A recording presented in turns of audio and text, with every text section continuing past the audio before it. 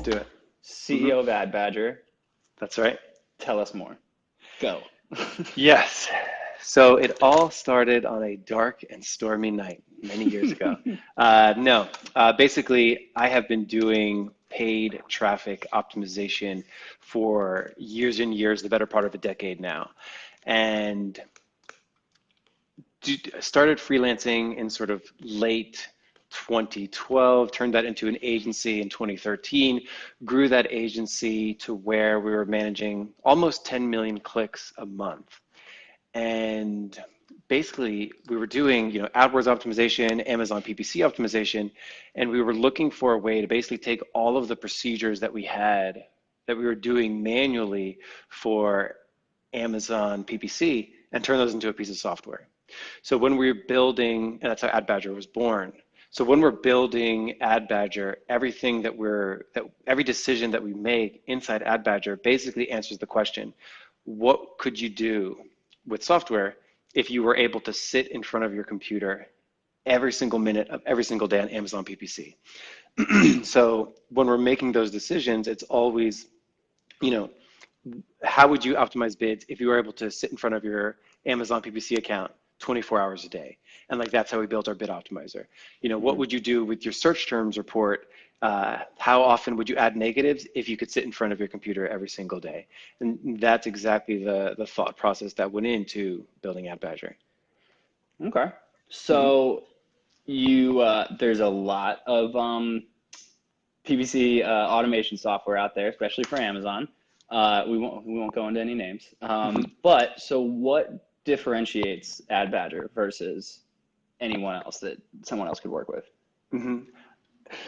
Excuse me. Thank you.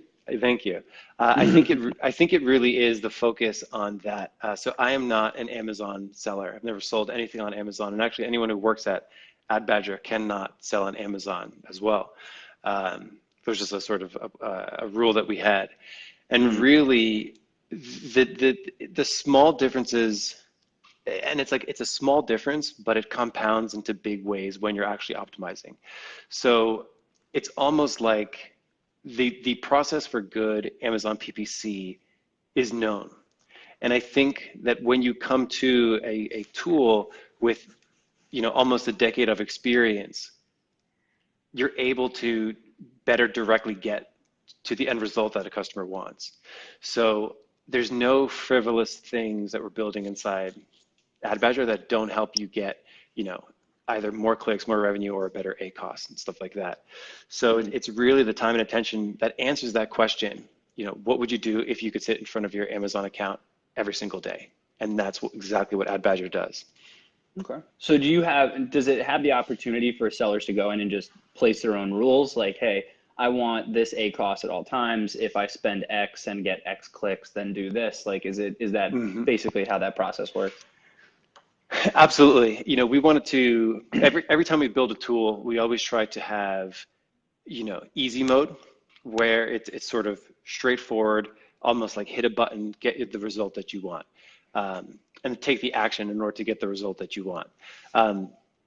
So we're actually building one of our tools right now, and this is exactly the way that we're approaching it. And the other thing I should mention too is we've only been in the game since January of this year. So I think we've done a lot in a short amount of time. But when we're building any tool, we're sort of saying what's the 90% solution? What's going to be good for 90% of people, and then what's the advanced mode that the person who really nitty gritty wants to get into every single thing? What kind of customization and advanced techniques could we also provide those kinds of people? So when it comes to, if you take something like negative keyword rules, scanning through your search terms, and then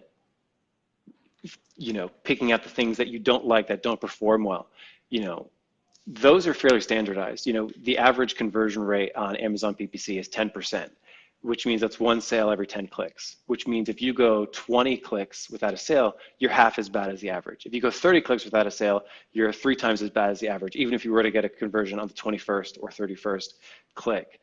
So you can sort of look at negative keyword rules in an easy mode way and know that if someone's getting a search term with 20 clicks without a conversion, this is this is a bottom of the barrel type term, and you can sort of apply these rules based off data that can really be helpful to a lot of people right out of the gate. And then you get people that are like, well, I'm okay with 20 clicks without a conversion if they're cheap. So then they can set up customized rules that say things like, hey, if it gets 20 clicks, but the CPC is over $1, then you can get rid of it.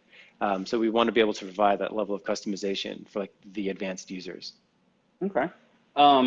Real quick, so a couple of people have joined in. If anyone's got questions, feel free to comment. We'll get to them. A few people have said hi. Chad Ruman, who is, I can't see the face, so it's either the CEO of Skubana and Crucial Vacuums, big seller on Amazon as well, or there's another seller named Chad Ruman. I don't know which one it is. It might be Skubana as far as I know. Chad, if you're watching, which one are you? So, Michael, thoughts on Prime Day that are coming up. How are you suggesting people to significantly raise their budget? Are you suggesting them to significantly raise their bids? Mm-hmm. What is your thought process behind what they think they should do? Because I know if you set up those automated rules, but then you have a massive influx in traffic like people are about to have within the next month, that can get a little hairy on how it's going to react. So what do you believe the best process is there? One of my fundamental beliefs about paid traffic is good paid traffic is good paid traffic no matter what. So it's not so much like you abandon one strategy and then on Black Friday or Prime Day or whatever day, you adopt a completely different strategy. Good paid traffic is always going to be good paid traffic. So, you asked about budget. I would say for most people, the budget is always going to be, or always should be, unlimited budget pending positive return. So when you look at something like that, should people have an artificially low budget, just limiting for the sake of limiting in the weeks or months before Prime Day, I'd probably ask that person why. If you could do, if you can do 10,000 in sales with, $1,000 budget, why wouldn't you ask yourself the question, can I push this to $1,500 in budget and see if I can get even more sales? So I think good paid traffic always asks the question, what can we do to get more sales? What can we do? Can we increase the size of this account 20% over the next quarter? So that's my general thesis on budgeting. There's a lot of good reasons to have a budget, inventory, seasonality, all these different things, profitability, don't increase the budget until you hit a certain profitability. And that's exactly, the way to do it. But really the question comes, Prime Day is happening. The first thing that I would say is, do we have any historic data to learn from? So basically, do we have data from last year to learn from? How much did our click increase actually kick up? Do we have data from Black Friday? Do we see how much it actually kicked up? But in general, I always recommend a way bigger budget than you think you need, and then just capture all of the click volume for that. So I think a lot of times where people get nervous with a big budget, it's like, what would happen if I went to your Amazon account right now and added a 0 to your budget? How would you feel if I did that? React? And not only that, but if there's like a fear of like, ooh, no, I don't know what's going to happen, then probably the campaign is probably not that configured that well. So really going in there and just, I guess that's a good question. What would you do? How would you feel if I were to ask you like, hey, let's go into your account right now. If it's at $100 a day, let's go in and kick it to $1,000 a day. Yeah, well, my thought would be, obviously, if it's at your target, most likely your target ACOS, be like, turn it up and let it go. Speaking of ACOS, of course, this has got to be Chad Rubin of Skubana is asking so I'll let you answer this one first, Mike, but what is the optimum ACOS? Before I answer that, I just wanted to finish that thought about adding a 0 to your budget. And so basically, if people know that their account is well optimized, they're always going to be appearing for what they want. Their bids are not, their bids are in the right place. They're not overbidding. They're not underbidding. Then there should be no fear with being like, let's go increase budget. So that's one thing I would say. If anyone's nervous to double their budget on Prime Day, then it might be another issue. So if that issue does exist, then should you double your budget on Prime Day? Probably not, because some other issue exists. Yeah. So that's where I think some of the good PPC is always going to be good PPC. Anyway, Chad asked, what is the optimum ACOS? My favorite question. Which means there might only be one number that is perfect for everyone. So this is another thing. Good PPC is always good PPC. Good ACOS for one person might be horrible for another person. Some people might have profit margins of 10%. Some people might have profit margins of 30%. If both of these people have the same target ACOS, something is very wrong. So really, comparing one company's ACOS to another is often comparing apples and oranges. Both of these people have different profit margins. It's even possible that people have different priorities with their paid. Some people might want to increase their ACOS just to box out competition, just to maintain brand visibility on certain terms. So if I'm Nike and I can bid on Adidas at a 70% ACOS, why wouldn't I want to do? I'm getting sales that were from a competitor's search. Those are so much more valuable than maybe just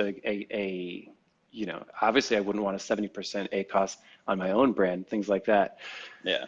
So in terms of optimum ACOS, again, this is another one of those things. I think my personality type is to never, I never like to give out tips without talking about the overall strategy. What's the real story here?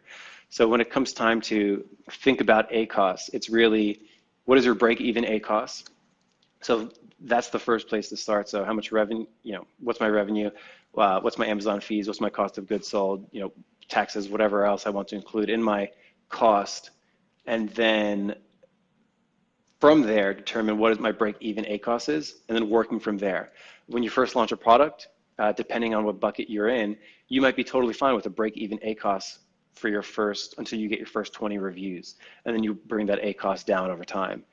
So in terms of what the absolute best ACOS is, doesn't exist. It's really what's best for whatever person's business this is. So starting with the break-even ACOS and then working your way down.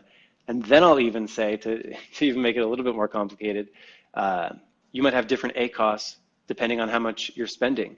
So when you're spending very little, you might have a more aggressive ACOS target than when you double the size of the account. Because if you double the size of the account, and as long as it's still within your profitability range, it might be totally fine to double the size of your account, but deal with a slightly higher ACOS.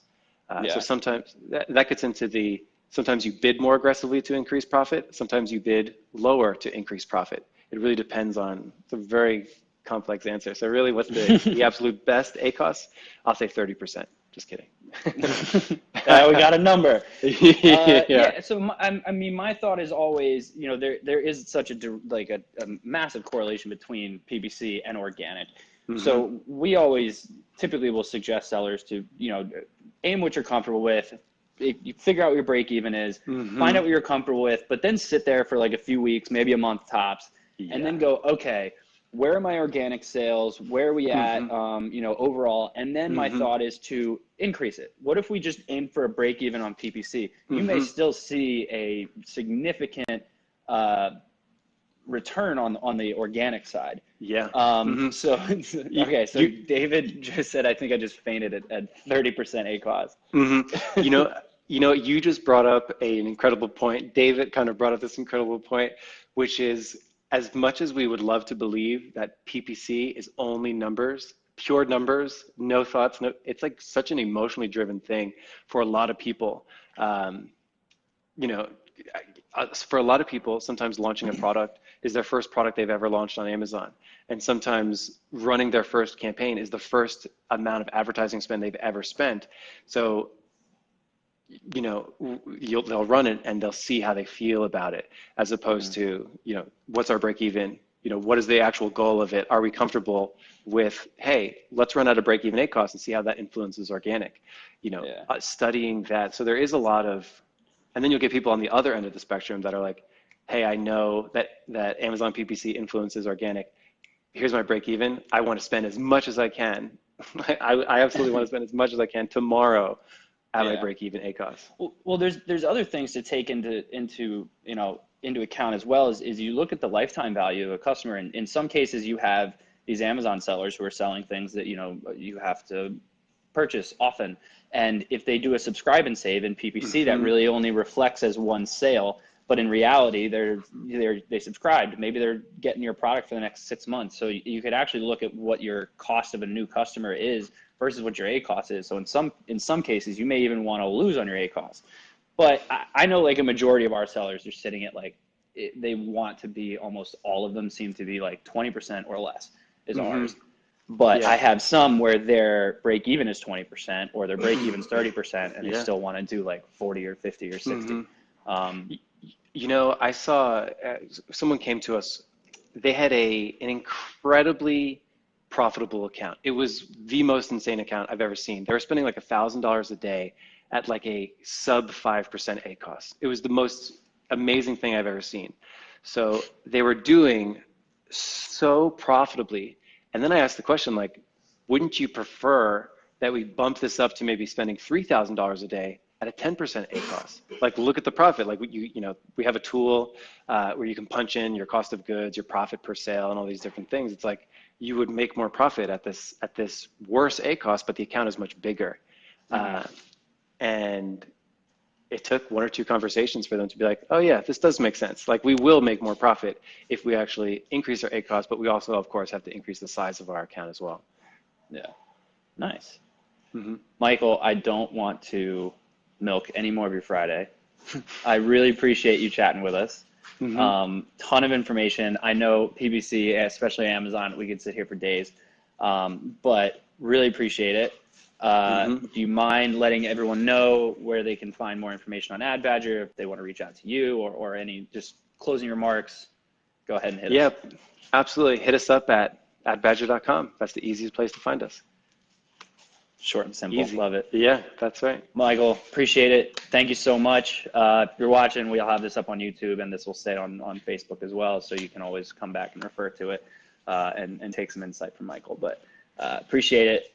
Thanks, guys. Have a good one, and we'll see you next week. Have a good one, Andrew. Bye. Bye.